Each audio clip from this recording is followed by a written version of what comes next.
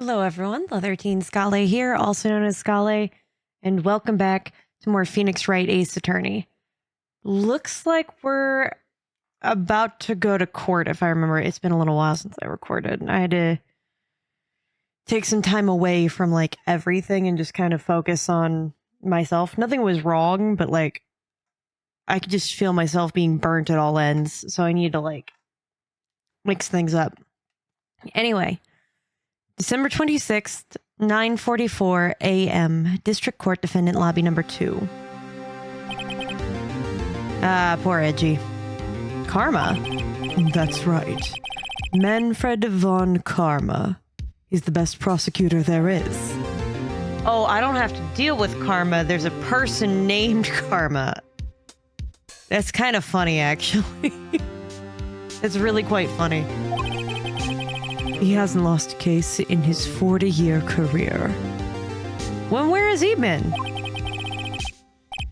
He is a god of prosecution, right? A god. So I'm about to dethrone a god. Man, that's a plot twist I didn't think I'd see. I already can see the name of this episode now. Not a single case? He'll do anything to get the guilty verdict. Anything. Huh. Well, it sounds like somebody else I know, Edgeworth. What, was he your teacher? You don't understand, don't I? Because I think I get the gist pretty good. I mean, he'll really do anything. Manfred von Karma is a man to be feared. Well, that's quite a claim coming from someone who forges evidence. This guy's gonna forge evidence, isn't he? Bitch. He taught me what it really means to prosecute. God damn it. If he taught you to forge evidence... Man... What? Just picture a prosecutor as vicious as me, multiplied by a factor of 10. Oh, well. You're not that vicious. Oh. So was he your teacher then, Mr. Edgeworth? Something like that. What, were you an apprentice under him? What? And now he's trying to get you found guilty? What a creep. Oh, wait. Well, maybe he's planning on losing on purpose to help you out. He is not going to risk a 40-year career for something like that, sweetie. It's not on the list. He's just not going to do that. Not a chance. He hasn't lost once in 40 years. 40 years. He's as ruthless as me times 20. That's pretty ruthless. What is with all of whatever you are but multiply it? Can he, be his own terrifying thing on his own? Like I said, he is a god amongst prosecutors. Well, I guess that's something like what Mia was to me. Speaking of Mia... Hey, oh, Maya... Uh-huh. We could, I don't know, really be using Mia's help right now, don't you think?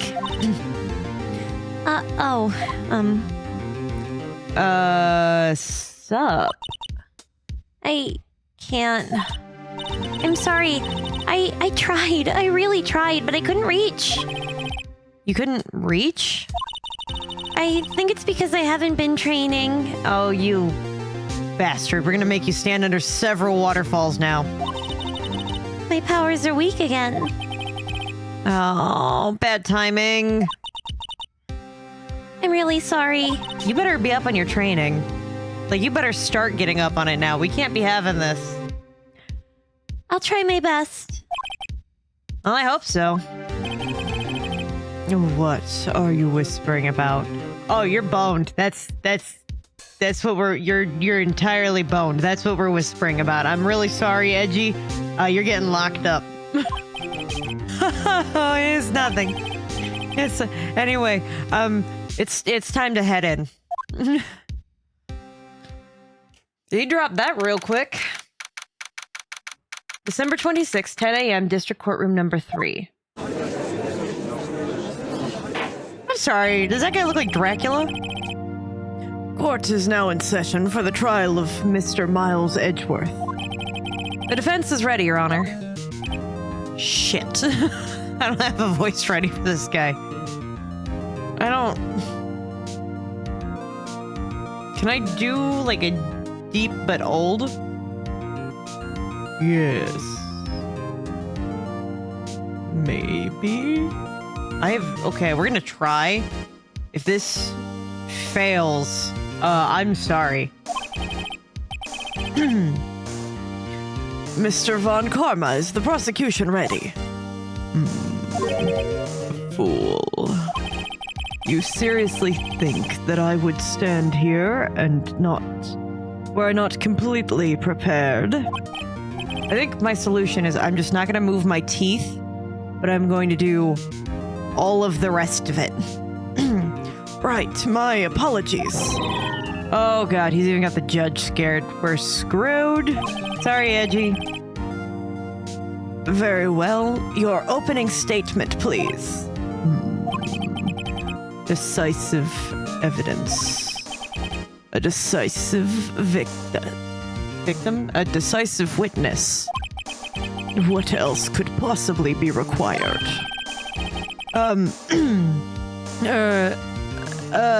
Nothing, of course. That should be fine. The prosecution may call its first witness. What's with this guy? Is he like royalty or something? How am I supposed to fight against this? I don't know. I call the detective in charge of this case, Dick Gumshoe. Okay, so Gumshoe's first. Well, let's see how this goes. He's gonna get steamrolled. Describe the incident. Now. Yes, sir. Wow, Detective Gumshoe looks nervous. He didn't even sound like himself for that one. Please take a look at the map. Okay.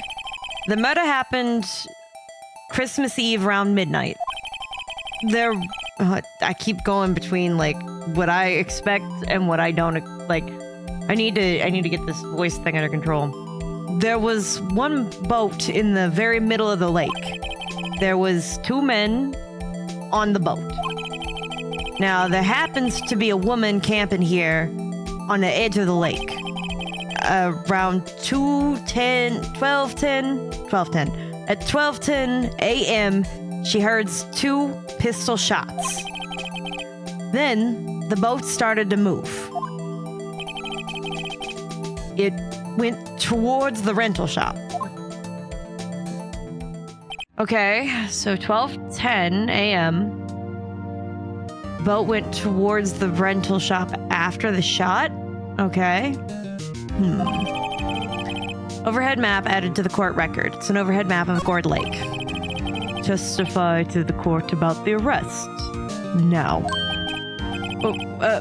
Wait, Mr. Von Karma. Yes. Actually, I'm the one who's supposed to be handling these proceedings. What the hell? Judge, this is your courtroom. This dude's a dick. You can get him ejected, like, at full speed. Or something. Like, Wrong. There is only one thing you need to do here. You will slam down your gavel and say the word guilty. That is your role. Yes, of course, you're quite right. No, he's not. Objection, Your Honor. Not how court works. Okay. The arrest of Edgeworth. Man called to the station around 30 minutes after midnight. We overheard the scene of the crime. We headed over to the scene of the crime as fast as we could. That's where we found Mr. Edgeworth. Now, I didn't suspect him of anything at all, but the next morning, a body was found in the lake. So we had to arrest Mr. Edgeworth. So I guess here's the question, right? Because really all we need is plausible deniability. What proof do we have that Lotta wasn't the one that shot this dude? I see very well. Begin your cross-examination, attorney, now. Well, all right. Guess I could push on some things. Let me see what I have as evidence.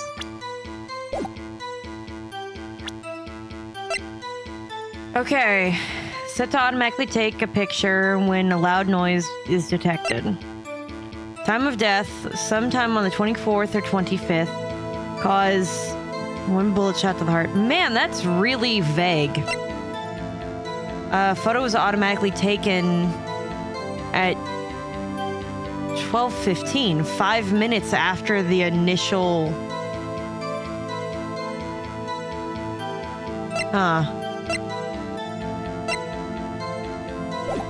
Man called into the station around 30 minutes after midnight. We headed to the scene of the crime as fast as we could. That's where he found Mr. Edgeworth. I didn't suspect him of anything at all, but the next morning a body was found in the lake, so we had to arrest Mr. Edgeworth. I'm gonna press here. Why is that? Well, we found the murder weapon in the boat. The murder weapon? A pistol. Looks like a 1911. Detective Gumshoe, that is a vital piece of information. Please revise your testimony. Right. Sorry, Your Honor. The murder weapons we found... Wait, the murder weapon we found in the boat was decisive evidence. Nick, doesn't it seem like Detective Gumshoe is a little vague? I bet Von Karma is feeding him lines. Yeah, his testimony's proudly just filled with landmines waiting for me to press. What do we do? Grit our teeth and press, I guess. I mean, what else can we do? Well said, Nick. You're the man. So glad somebody has a plan. I'm gonna, I guess, press this a little. You received a call from a man? Yep. But you said there was a woman camping there? She was the one that heard the 2 gunshots, right? Yeah, that's a fair objection. That woman and that man who called in the report are obviously 2 different people. Different people? There were 2 witnesses. Their testimonies were quite similar, however, so today I've summoned the woman who was camping. The woman who was camping, a lot of heart. What happened next, detective? Okay, got it. So at least now we've got something to go off of. We found Mr. Edgeworth. I guess we could press a little more here. So what was Mr. Edgeworth like when you saw him then? Well, from what I saw, he looked pretty relaxed. Not really like a murderer at all, really. Detective, the court requires the facts, not your opinion. Actually, that's what this court requires, is that opinion. Because that's why you didn't immediately arrest him under suspicion. Right? Is because he didn't seem like a guy who had committed a murder. He didn't seem cagey, he didn't seem jumpy, he didn't seem, you know, like any of that. Like he was lying, fumbling over himself, none of those. How many years have you been on the force? Facts only, detective. Cold, hard, objective facts. That's what I'm gonna have to beat him with, I think. Yes, sir. Man, he's got his share of objections. I didn't suspect him of anything at all, but the next morning, the body was found in the lake. The murder weapon we found on the boat was decisive evidence. Let's go ahead and press a little here. So what about the pistol made it as decisive evidence? Yep, I knew it. Just. Has that same evil laugh as Edgeworth. There were fingerprints on the pistol found in the boat. They were clear prints from Mr. Edgeworth's right hand. What? Okay, but that doesn't mean that that specific firearm was fired. So, Mr. Edgeworth's fingerprints were found on the murder weapon. Yes, Your Honor. But how sure are we that that was actually the murder weapon? Right, like we did hear a loud bang go off. He was shot, but how do we know it was that specific pistol? Right? Anybody else trying to summon Gordy could have... Or hunt Gordy could have shot him on accident. Judge, this is the weapon that is in question. Accepted into evidence. Murder weapon is a .22 caliber, fired 3 times. Bears prints from Edgeworth's right hand. Well...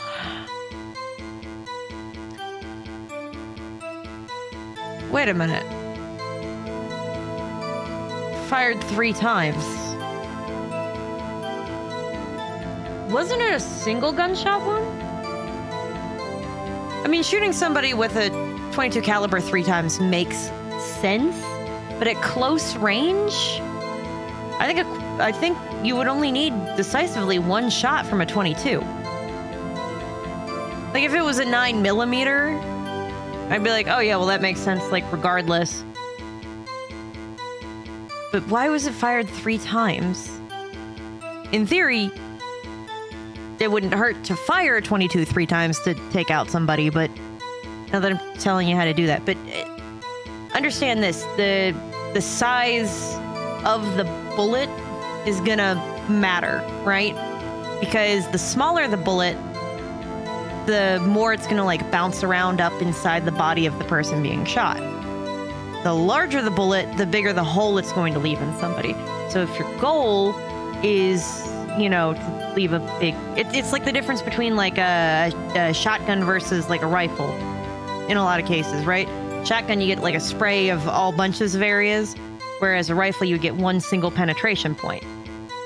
So if you were doing a .22 caliber pistol, when you shoot them, the bullet's gonna bounce around inside them and break up. But if you did like a 9mm, you would have 1 clear, decisive hole, and that would be it. But at that close of a range on the boat, right, the size of the bullet wouldn't really matter. So you wouldn't necessarily need to fire it 3 times. So why was this firearm fired 3 times? This is just stuff I'm like learning the more that I'm beginning to learn about firearms. I could be wrong. I could be entirely wrong. But that's just my perspective based on what I currently know. Nick, doesn't it seem like Detective Gumshoe's being a little vague? Bet Von Karma's feeding him lines. Right. Well said, Nick. You're the man. Okay. Yeah, hold on. What are my...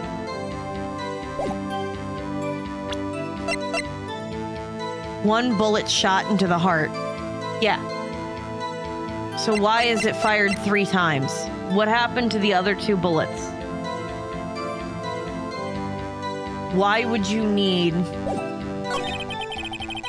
I did the scene of the crime as fast as we could. We found Mr. Edgeworth. I didn't suspect him of anything at all. But the next morning, the body was found in the lake. Let's press a little bit. Did you find any clues on the body? A single bullet was recovered from the body. Again, what happened to the other 2 shots? He was shot through the heart fatally. Judge, here's the bullet. It didn't strike bone, so its shape is well preserved. That would make sense in a .22. Wait a second. That doesn't make sense. At all. The shape of the bullet still being preserved for not hitting bone on a .22 makes sense. That's not the concern. The concern is it was 1 single gunshot wound to the heart that killed him. A .22 like, to get to the heart, there is this whole part that is mostly strong, solid bone. It's the sternum, protecting the heart and the rib cage. If the photo... Crap, where's my... If this photo's to be believed, he is pointing it right at this man's chest, which means that the bullet would have had to have gone through the sternum to get to the heart. If it was a .22 round, that would have broken apart. The bullet wouldn't be intact. That's not physically possible. That means that either there are more gunshot wounds on the body than what we're being told, or that gun could not have physically, possibly killed that man at that angle at that exact time of night, meaning this photo doesn't prove a thing.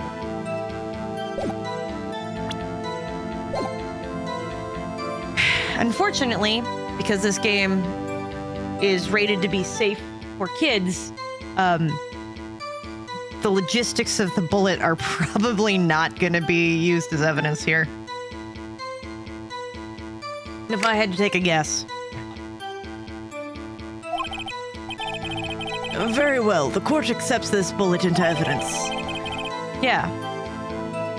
It is it? Okay. Pistol bullet added to the court record. Fired from a .22 caliber pistol.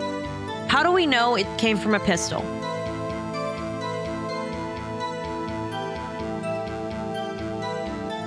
Do we know for a fact that this is the bullet of a pistol and not from a rifle? Right? Because, like, the size of the bullet is going to be very different. Because, like, you've got the difference between, like, you've got a .22, you've got .22 Magnum, you've got 223 Wild, you've got 22 LR. Like, there's different sized bullets. You know what? This is clearly not going to be a thing that's going to come up in this court case. I got to stop talking about this. But let's just say right now that unless you had a very interestingly modified rifle or a very interestingly modified pistol. Well, there are pistols that can shoot .22 LR. But very commonly, you're not going to find 1911 style guns that shoot .22s. You know what? We're leaving it. Just know I call BS on everything regarding the gun and the bullets. At least for right now. Until I have proof saying otherwise. Members of this court. We now have the pistol used in the murder, the bullet, and the bullet found in the body. Detective? Yes, sirs. Was the bullet found in the body fired from this pistol? Ah, crap, okay. Yes, the ballistic markings on the bullet match the pistol. What? Ah, crap. All right, well, there went my whole theory. That still doesn't make sense as to why the bullet was intact. Hey, Nick. What does he mean ballistic markings? Shocking. To imagine someone here does not know something as basic as ballistic markings.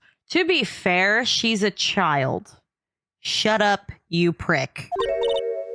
Nick, he's glaring at me. Very well, I'll explain. Actually, Judge, you do it. Huh? Me? Yes. Ballistic markings are like fingerprints of a gun. The barrel leaves distinctive marks on each bullet it fires. You can examine these ballistic fingerprints to see which gun fired the shot. It's quite accurate. Indeed. So did he get a false ballistic marking report?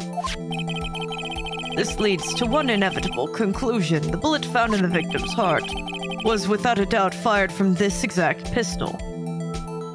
It's still the weirdest looking .22 I've probably ever seen in my life. Is the mag release for that on the bottom? there a pin up there at the top? Like above the trigger guard. I gotta stop doing this. This is gonna just kill me without a doubt. All right. This pistol, which as you may recall, was covered with the defendant's own fingerprints. Yeah, all right. Order, order. Okay, this is bad. This makes it look like Edgeworth did it. Well, Judge, I'd say it's almost decisive, yes. Honestly, I could declare a verdict at this point. However... Don't tell this man what to do in his own courtroom. You wish to hear the witness speak, no doubt. Very well. I'm somewhat fatigued, so I will take a brief break. I will call my witness after the recess, which will last 10 minutes, aka so you can feed her lines. Judge? Yes, sir. What are you doing? 10-minute recess, now. But wait, just bang your flimsy gavel and get it on with, man. Yes. This court will take a 10-minute recess. Who's running this court anyway? Yeah, seriously. What in the hell? December 26th, 11:09 a.m., District Court, Defendant Lobby number 2. I still call shenanigans on all of this. Look, Edgy, buddy, you're lying to me about something, and you're gonna have to tell me what it is. But it's gonna have to be next time, because that's all the time we've got for this episode. So take care, everybody.